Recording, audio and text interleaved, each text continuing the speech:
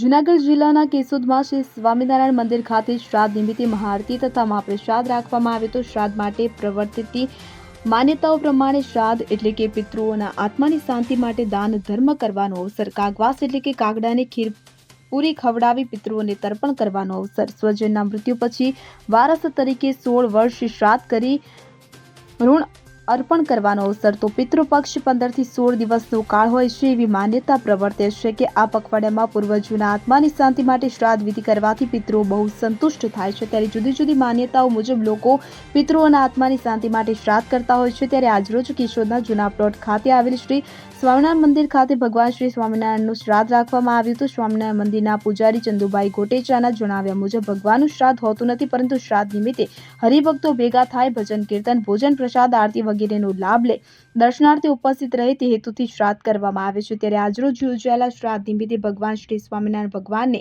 થાળ અર્પણ કરી ચંદુભાઈ પૂજારી દ્વારા મહાઆરતી કરવામાં આવી હતી, જેમાં મોટી સંખ્યામાં હરિભક્તો હાજર રહ્યા હતા। ત્યારબાદ હરિભક્તો દ્વારા મહાપ્રસાદ લેવામાં આવેલ હતો। આજ રોજ ભગવાન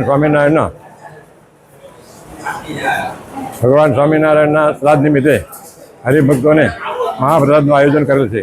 શ્રીજી મહારાજનું શ્રાદ્ધ હોય નહીં, પણ આ નિમિત્તે ભગવાન ઉત્સવ સમય કરી અને જેમ જેમ ભક્તોને લાભ મળે, ભગવાન સમાજની કિંમત થાય, એમ મહારાજ કે અનેક જીવ પ્રસાદ લે એનું પણ કલ્યાણ થાય એ માટે થઈ અને આજે ભવ્ય તે ભવ્ય આખો શ્રાદ્ધ ઉત્સવનું આયોજન કર્યું છે। ઘણા પ્રેમી ભક્તોએ હાજરી આપી છે અને પ્રસાદનો પણ લાભ લીધો છે। અનિરુદ્ધ સેવાબરિયા સાથે CN24 ન્યૂઝ કેશોદ। હવે જુઓ દેશ દુનિયાની તમામ ખબરો તમારી આંગળીના ટેરવે।